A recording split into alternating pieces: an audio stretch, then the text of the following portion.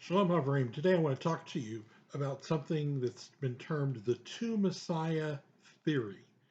That there would be two Messiahs, Messiah ben Ephraim or Messiah ben Yosef, who would come and suffer and die, and Messiah ben David, who would come and reign from David's throne forever. And how that plays into our concept of the two comings of the Messiah. Before we get going, I want to remind everybody to please donate to support this work. Our rent is due today and we don't have it. So I need people to step up to the plate if you possibly can and help us out today. Donations can be sent by PayPal to donations@wnae.org, or you can donate by clicking on the donate link in the video description.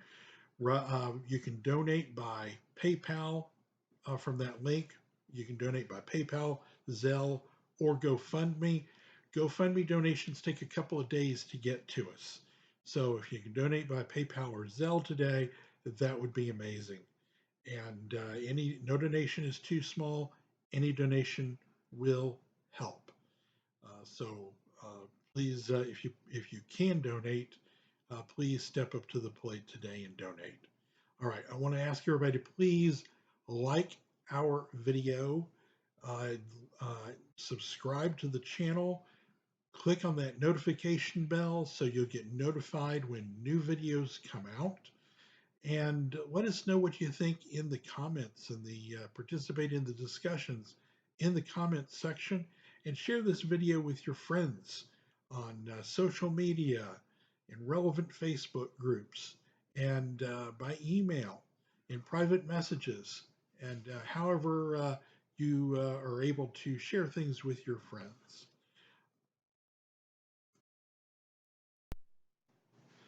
Okay, so in Matthew chapter 11, starting in verses 2 and 3, we read, "Now when Yochanan had heard in the prison the works of Messiah, he sent two of his Talmudim, two of his disciples, and said unto him," in other words, they said to him, "Are you he that should come, or do we look for another? Are you the coming one, or do we look for another?"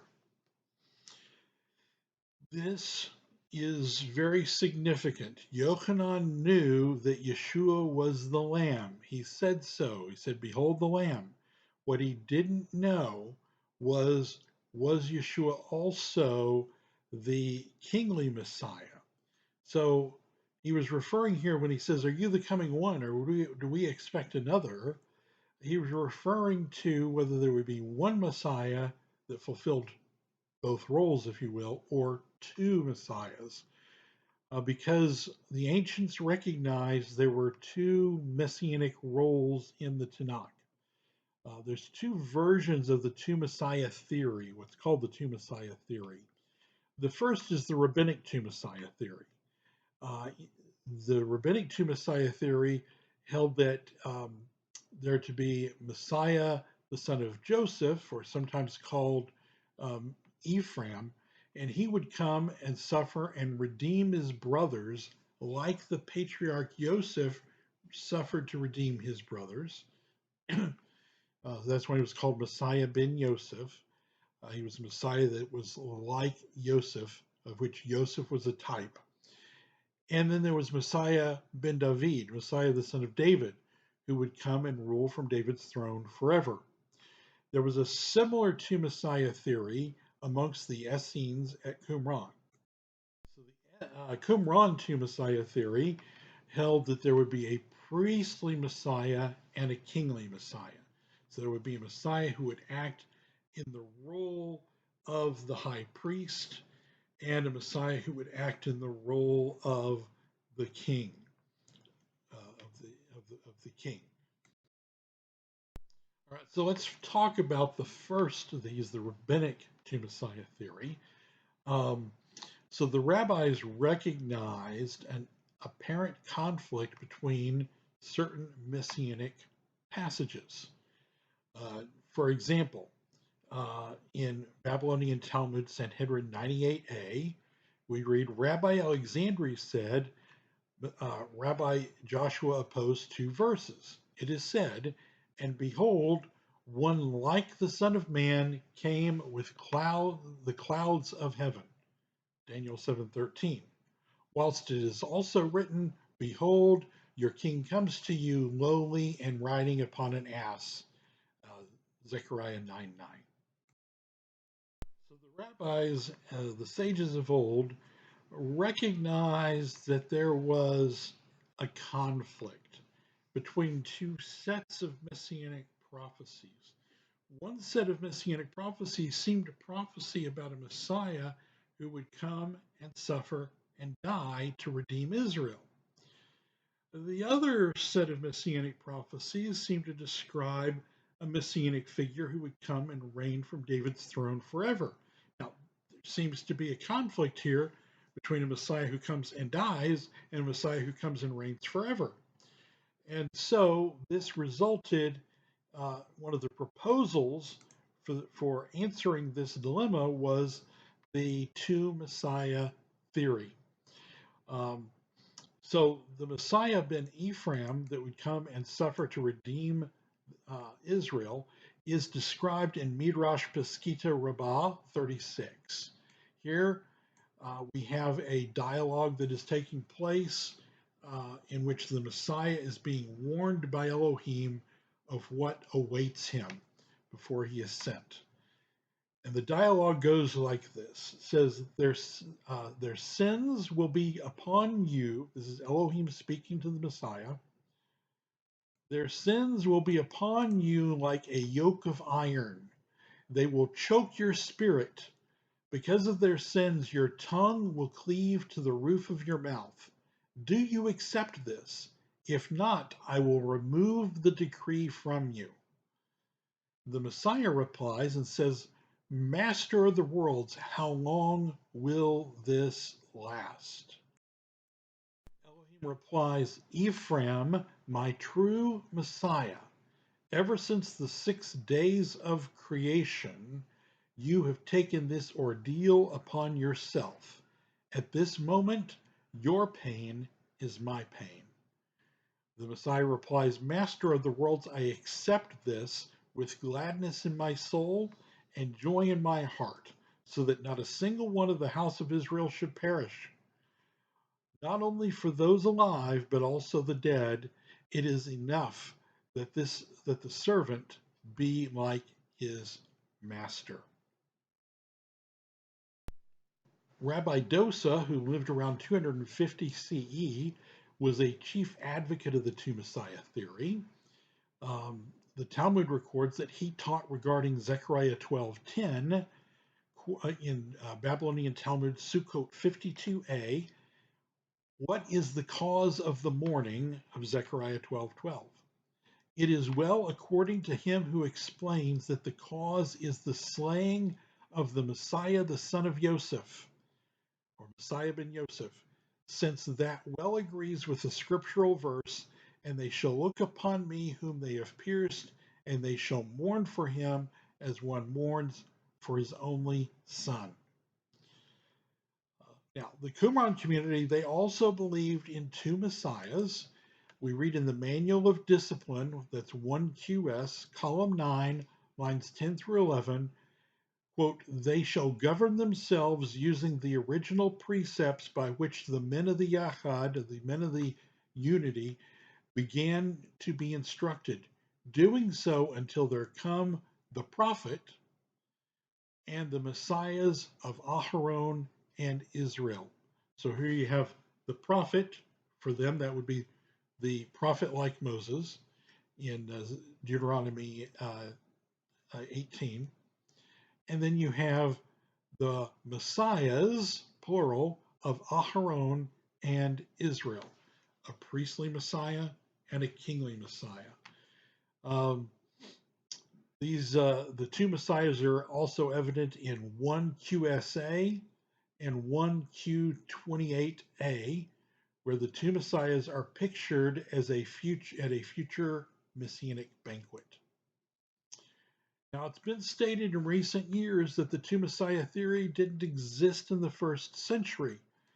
These theorists claim that a suffering servant messiah who dies was invented to get Bar Kokhba off the hook, or Akiva off the hook for claiming that Bar Kokhba was the messiah. However, the Talmud tells us that Bar Kokhba failed not because he was a suffering servant messiah, but because he was not a messiah of any kind whatsoever. In fact, we did a video on that very subject, why Bar Kokhba wasn't the messiah, on a previous occasion. Uh, Moreover, the first century sources attest to both the idea of a suffering servant messiah and the two messiah theory. The earliest sources for the two messiah theory are the Dead Sea Scrolls. One might ask, can the priestly messiah of the Qumran community be identified with the suffering servant messiah? And the answer, I believe, is yes. The critical clue lies in the way that the Dead Sea Scrolls use Isaiah 61 verses 1 through 4. One document in the Dead Sea Scrolls, 11Q13, we have a whole video on the Melchizedek document in 11Q13 that we did in the past.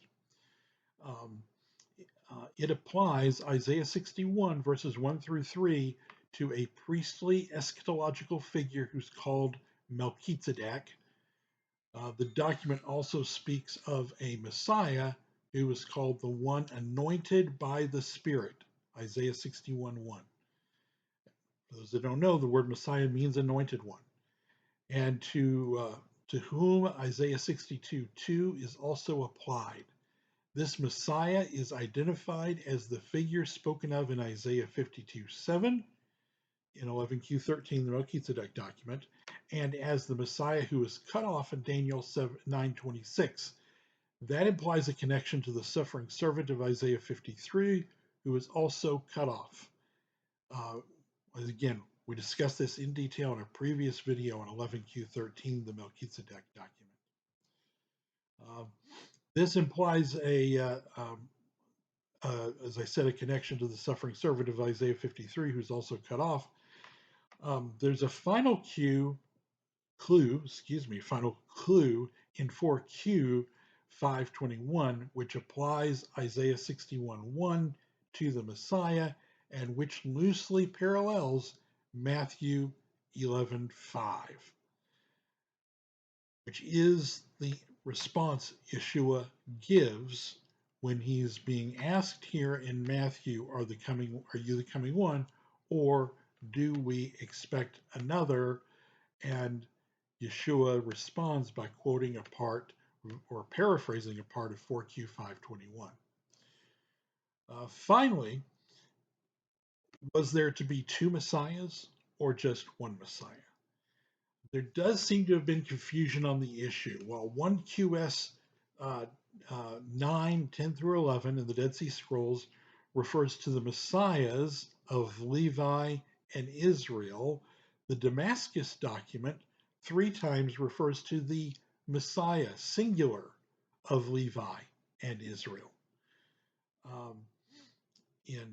So there seems to be a question. Is this one Messiah or two?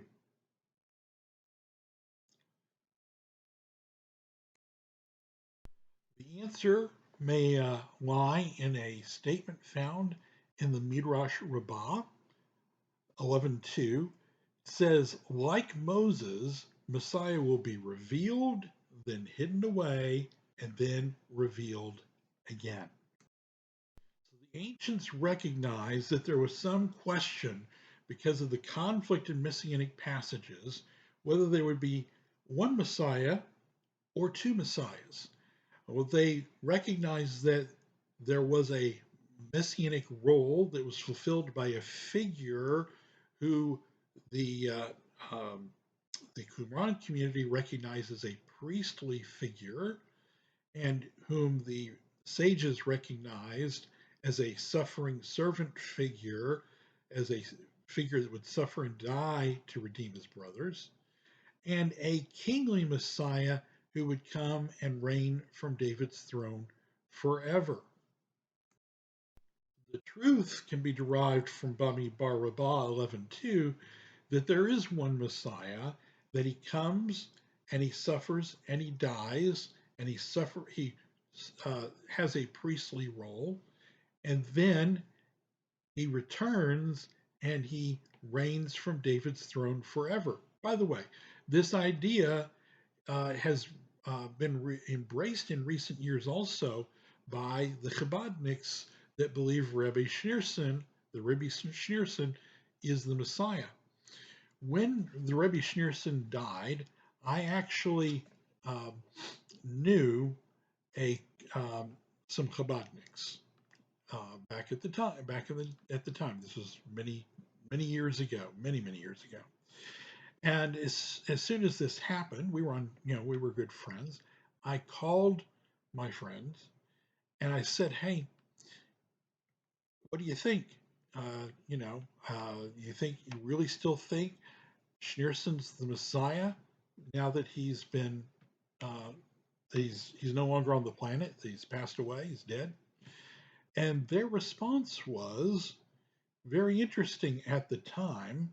They said, "We fully expect him to be resurrected." And this was, I actually called them the day this happened. "We expect him to be resurrected on the third day." So why do you expect him to be resurrected on the third day? Well, they pointed to the Messianic prophecies that we look at that talked about resurrection on the third day of the Messiah, as far as our understanding of those passages. And so I thought that was rather interesting. Now, Schneerson wasn't resurrected on the third day, but they were already looking for his return, and immediately, or almost immediately, Chabadniks began using the same prophecies that we saw, like in Isaiah 53 and whatnot, of speaking of a Messiah who comes and suffers and dies, the role of Messiah ben Yosef, as speaking of a first coming of Schneerson and looking forward to a return of Schneerson to fulfill the messianic role of king reigning from David's throne forever. So this idea is very ancient. The sages held to this idea, and this is why Yochanan sends the message to Yeshua, "Are you the coming one, or do we expect another?" Two comings.